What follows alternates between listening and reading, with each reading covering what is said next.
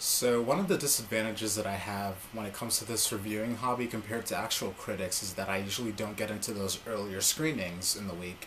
So when just about everyone else saw this movie on Tuesday, I was stuck at home, and since then I've been stuck hearing and reading, yeah, it's not that great or it's very disappointing, and with a scathing 14% on Rotten Tomatoes, a lot of people might not want to check this out.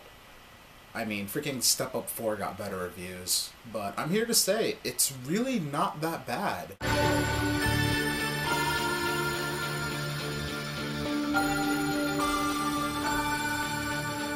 The Watch, originally titled Neighborhood Watch, but it was changed due to Fox not wanting to remind people too much of that incident that took place in Florida a couple months ago.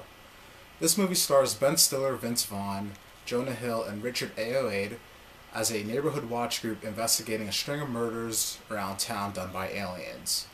This is directed by the same guy that did Hot Rod, a movie that I really didn't care for, but I'll admit at least had its moments.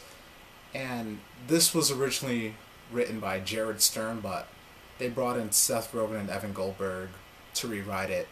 So with all that talent, you do expect a lot. You arguably have the funniest guys at the start of the last decade teaming up with arguably the funniest guys at the second half of the last decade.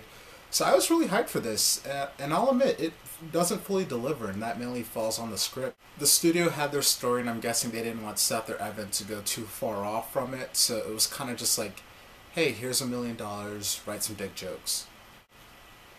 This movie was surprisingly well directed, and the cast definitely brings it and carries this whole movie with some decent ad-libbing to make up for the script's shortcomings. Yeah, I know these guys do get a lot of flack for playing the same character over and over, which I don't think is always true, but hey, they're good at it. Ben Stiller grounds the story in his funny and subtle ways. Vince Vaughn brings that energy to this with like the fast talking thing he does. And to be honest, I think he was the funniest of the bunch. Jonah Hill walks that tightrope between awkward and douchey, and Richard Ayoade is pretty much the oddball here, since you're not used to him, but he had some pretty good moments, and his timing is pretty impressive.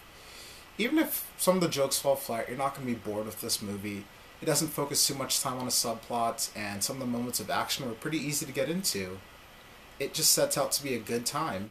And at the climax, everybody working on this pretty much just said screw it, and they go for it with this over-the-top shootout in which Ben Stiller just magically becomes this marksman.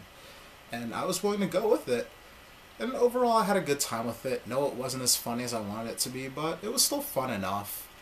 If you're a fan of these guys like I am, you'll enjoy it. So I'll say The Watch will be a fun viewing in theaters if you pay matinee. I think that's $5. Do you want to count here? And if you like this review and you want to see more, please subscribe.